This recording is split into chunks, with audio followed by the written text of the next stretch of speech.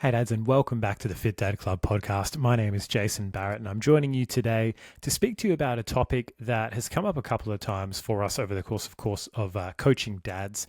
And the biggest thing that I've noticed about dads who are either hesitant to jump on board with any kind of program, or who have this idea set in their mind of a different fad or something that's come up, like, oh, what about this? What about that? And the fundamental, I guess, overarching principle I want to talk about is, can you do it forever? Or are you planning on doing it forever?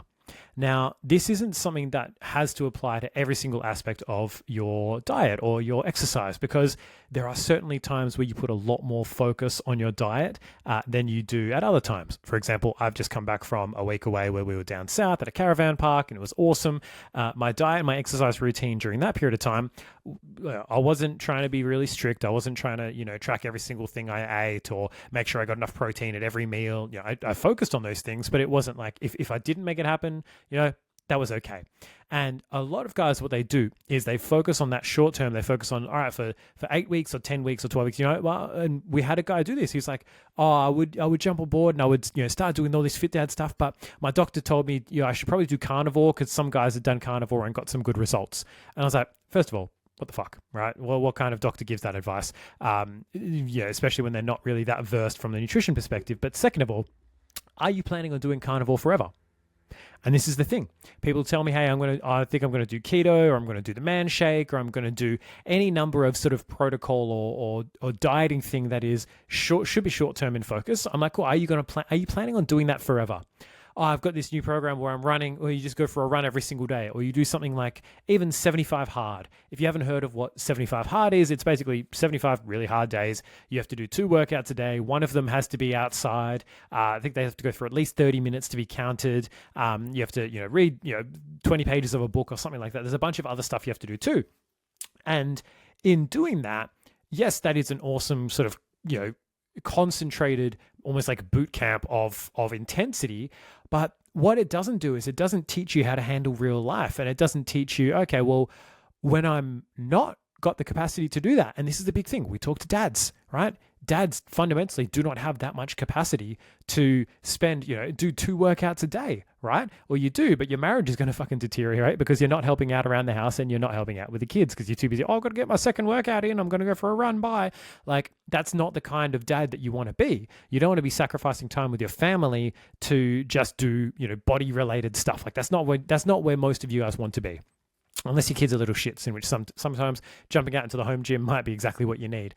But when it comes to looking at some kind of diet plan or exercise plan to follow, you've got to consider for yourself, is this something that's sustainable for me? Is this something that I could do forever? Now, I don't mean you have to be in a calorie deficit forever, because obviously you couldn't do that forever. You would end up dead. You'd end up emaciated and tired and exhausted all the time. That's what happens when you get to the arse end of a deficit, right? People do a deficit to get more energy back because they're losing their body fat. But it comes to a point where by being in a deficit, you've got low energy, but it's all about losing that fat. So then you come back to a maintenance point and it's like, oh shit, I've got all this energy again. So when it comes to, when I say, are you planning on doing this forever? It's not the amount of food that you're eating, because we know that that's temporary, and it's important to know that's temporary, but it has to be some of the habits that you're putting in place. If you're like, all right, cool, I'm going to quit drinking just for this 10-week challenge. Cool. Are you planning on quitting drinking forever? Because if drinking is a problem for you and drinking causes you to overeat, as soon as you start drinking again, you're going to start overeating again, or you're just simply over-consuming calories from alcohol. Or are you going to take the, what a lot of people would consider the more boring, the more moderate approach? You go, cool, well, I'm going to cut back and I'm not going to drink during the weekdays, right? That might be a sustainable plan, something that you can keep up with, right? Over time, you might slip up here and there, you might have events, whatever, but you will be able to sustain that over time, and that will be able to give you the results for the long term, because it's a change that you can make for the long term. When we talk about tracking macros, tracking calories, tracking your protein, and getting flexible with your approach, we call it freedom tracking. You have the freedom to say, and I've had guys do this, hey Jace, if I want to have a pizza, how do I do it? And I say, cool. You can either eat a normal day and then have some pizza and only have 1 or 2 slices because it's pretty calorie dense and it'll probably blow you out. Or you can have that day at maintenance and you eat a little bit more. You have a couple more slices of pizza, but you don't go over maintenance. Or you take some calories from previous days and days afterwards, or you save up all your calories for the day and you have like a whole pizza for dinner, and that's like 2,000 calories and that's your day done, right? So there's a lot of different ways that you could fit a pizza in, instead of just saying, oh, I'm not having bread, right? And we have this all the time. Oh, I've just decided to cut out breads and cut out grains and pastas. So cool. Do you plan on doing that forever? Do you plan on actually having that be your new normal, the new way that you live your life? Because if you don't, you've got to reconsider whether that's actually a worthwhile cut to make. And yes, in the short term, making some of these big drastic changes can be good for momentum. Like say, cool, I'm going to go off alcohol for 4 weeks and then I'm going to slowly reintroduce it in a moderate way. Awesome. That's a really, really great way to do things. Same with, carbs in terms of your, grains and pastas and breads and stuff that you maybe overindulge on a little bit, because there's nothing inherently wrong with bread or pasta or grains or carbs. It's just usually for people how much they overconsume of it. If your pasta was just simply boiled spaghetti with no salt, no sauce, most of you would know that that's not a fucking problem, because you're not going to overeat that. It's when you start grating on the cheese and when you start loading up with a nice high-fat bolognese sauce that your nonna makes, right? Oh yeah, it's the pasta. No, it's not the pasta. The pasta is the vessel for the rest of the calories that you're eating and the mountain of cheese you've grated on top. So it's about not blaming the wrong things, but it's understanding that whatever change you make, you've got to be willing to make it for life.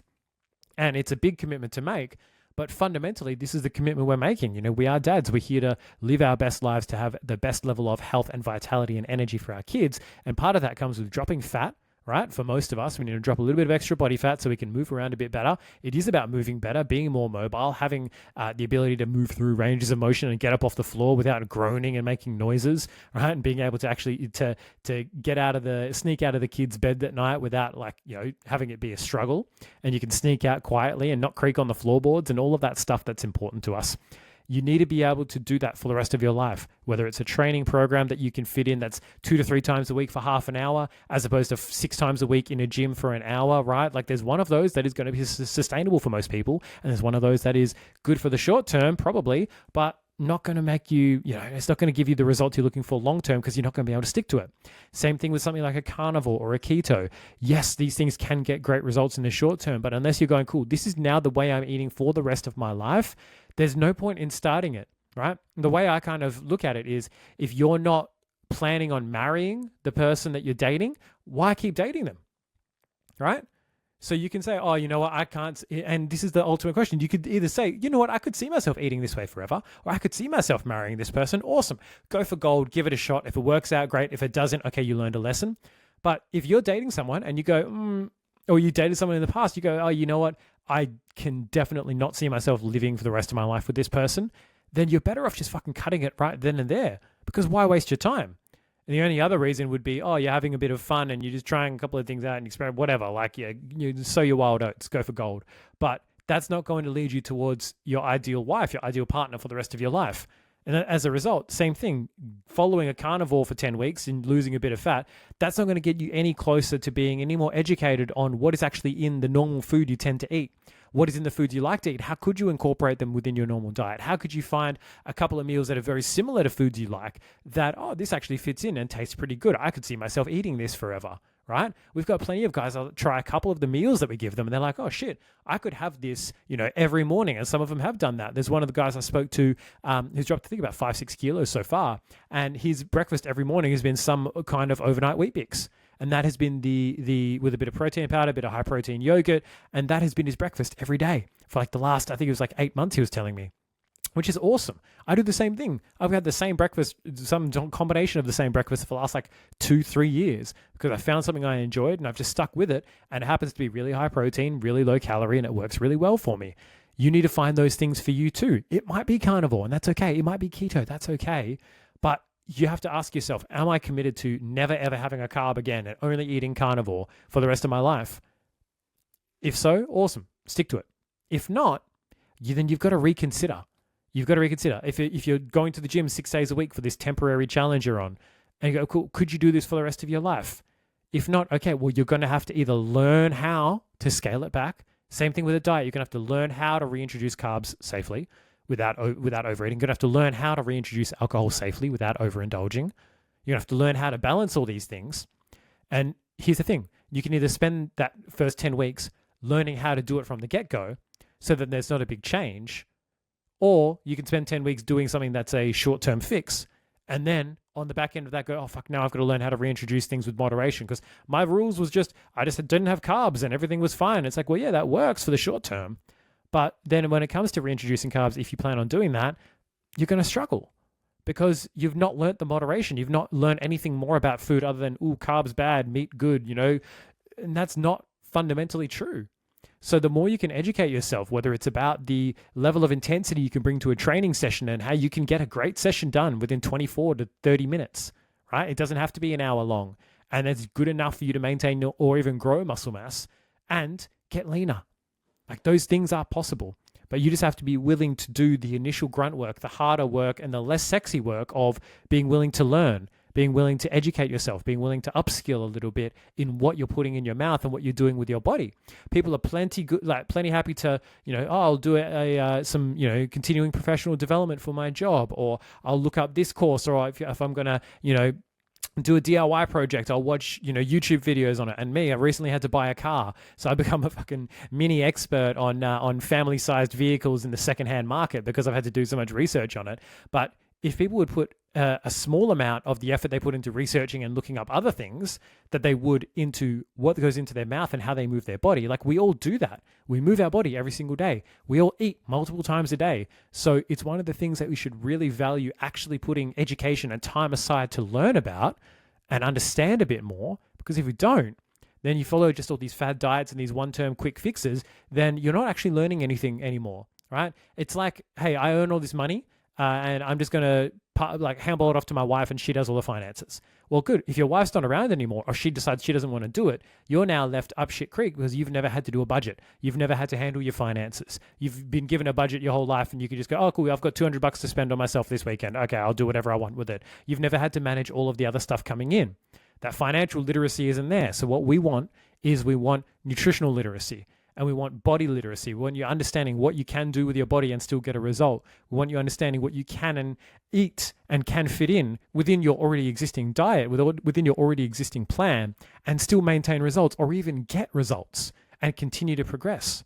These are the things that are most important for us to understand, is what goes in your mouth and how you move your body. And fundamentally for me, is what you're doing right now something that you can do in some form for the rest of your life? Doesn't have to be the exact way you're doing it. Even tracking macros isn't something I recommend for someone forever. But the reason why I like tracking calories, tracking macros, tracking protein is because it provides you with education. It provides you with a level of understanding. Oh, I didn't realize, a handful of nuts is 300 calories. And it didn't fill me up at all. Whereas I could have a hunk of chicken breast in a salad for that, and it would fill me up a hell of a lot more than this one handful of pistachios does. Shit. That's good context. That's good understanding. Oh, by switching from a milky coffee to a black coffee, I can save myself 300 calories a day because I'm not having these 125, 150 calorie milky coffees with one sugar in them. I'm having black coffee. Oh, fuck, I didn't realize. And now that gives me room. Oh, I'm having pizza tonight, so I can have one more slice of pizza. Like, this is the stuff that it starts to unlock for you if you're willing to understand it. And if you want the results long term, you kind of have to. You have to be willing to understand. You have to be willing to invest the effort and the energy in learning about your body, in learning about the food that goes into it. Otherwise, you just want another one of those guys who's saying, oh yeah, I'd really like the results if they were convenient. It's like, oh, I'd really love to, have a lot of money, only if it means I can get it by winning the lotto. I don't have to work hard for it. Okay. I don't want to have to start to understand money, or, I don't have to understand, interest rates and investments and budgeting. I don't want to have to understand any of that stuff. I just want to earn a shit ton of money and have no expenses. Okay, cool. Well, we'd all love to be able to burn 5,000 calories a day by doing nothing, but most of us aren't in that situation. We have to understand a little bit more about what goes in, a little bit more about how we move if you fundamentally want the result. It's not that hard once you get stuck into it, but it is harder than doing nothing initially. But it's a hell of a lot easier than doing nothing in 5 years' time when you've gained another 5 to 10 kilos and things are moving really, really slowly. And you're starting to get some chest pains when you play with your kids. And you're starting to have joint pain and lower back pain because you're carrying extra weight. And you've got no energy, right? And your wife doesn't find you attractive. And all of this shit that happens year on year on year, the longer you don't look after yourself, the longer you don't start to make that connection that if you want to do this, you've got to do it for the rest of your life in order for you to be the best version of yourself. It is a sacrifice, yes, but you are the one who has to determine if that's a sacrifice that you're willing to make.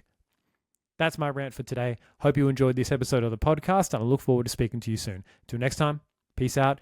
Leave us a rating, 5 stars. If you enjoyed it, let us know what you would love to know a little bit more about as a dad in fitness, looking to get yourself back in shape. And if you have any questions for us, feel free to shoot them through to the Instagram, fit_dads_club.